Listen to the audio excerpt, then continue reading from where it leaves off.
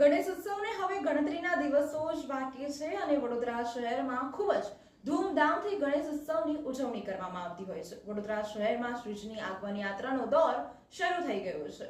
ગત રોજ મોડી રાત સુધી વડોદરા શહેરના રાજમાર્ગો પર શ્રીજીની આગમન યાત્રા નીકળી હતી, જેમાં બાજવાવાડા હનુમાનજી પોળ, મરીમાતા ખાચા યુવક મંડળ તથા નવા બજાર યુવક મંડળ, જુબેલી બાગ મંડળના શ્રીજીની આગમન યાત્રા વડોદરા શહેરના રાજમાર્ગો પર નીકળી હતી, જેમાં મોટી સંખ્યામાં ગણેશ ભક્તો આ આગમન યાત્રામાં જોડાયા હતા। ડીજેના તાલથી ગણેશ ભક્તો ઝૂમી ઉઠ્યા હતા અને ભક્તોએ પોતાના ગણપતિજીને વધાવી લીધા હતા।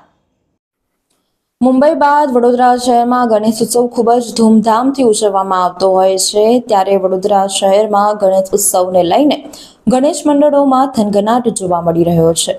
ગણેશ મંડળો દ્વારા અગાઉથી જ ગણેશ ઉત્સવની તૈયારીઓ શરૂ કરી દેવામાં આવે છે। ગણેશજીની પ્રતિમા બનાવવા માટે તો મહિના પહેલાથી જ ઓર્ડર આપી દેવામાં આવતા હોય છે, ત્યારે હવે ગણતરીના દિવસો જ બાકી રહ્યા છે ગણેશ ઉત્સવને, ત્યારે ગણેશ મંડળો દ્વારા ખૂબ જ ઉત્સાહ જોવા મળી રહ્યો છે અને ગણેશજીને આગમન યાત્રાઓ વડોદરા શહેરના રાજમાર્ગો પર નીકળી રહી છે।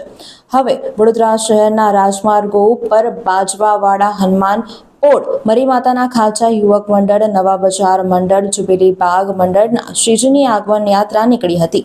મોટી સંખ્યામાં ગણેશની આગમન યાત્રામાં મંડળના કાર્યકર્તાઓ તેમજ સ્થાનિક રહીશો જોડાયા હતા। આગમન યાત્રા વડોદરાના રાજમાર્ગો પર નીકળી ત્યારે ઊંચી પ્રતિમાએ આકર્ષણ જમાવ્યું હતું। હવે ગણતરીના દિવસો જ બાકી છે ગણેશ ઉત્સવને, ત્યારે હવે ગણેશ મંડળો દ્વારા ગણપતિજીની પ્રતિમાઓ લાવવાની શરૂઆત થઈ ગઈ છે। મિત્ર મંડળ છેલ્લા 1952 થી 73 વર્ષ થયા છે। 73 વર્ષથી કન્ટિન્યુઅસ સ્થાપના કરી રહ્યા છે અને આ રીતે જ સ્થાપનાનું આયોજન થઈ રહ્યું છે।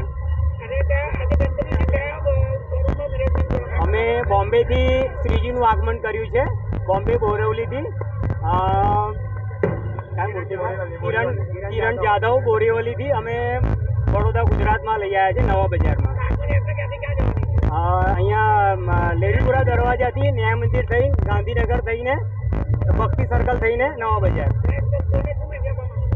ગણેશ ભક્તોને બસ શાંતિથી વ્યવસ્થિત આપણું ગણેશનું આયોજન થાય એ રીતે અમે મેસેજ આપીએ છીએ।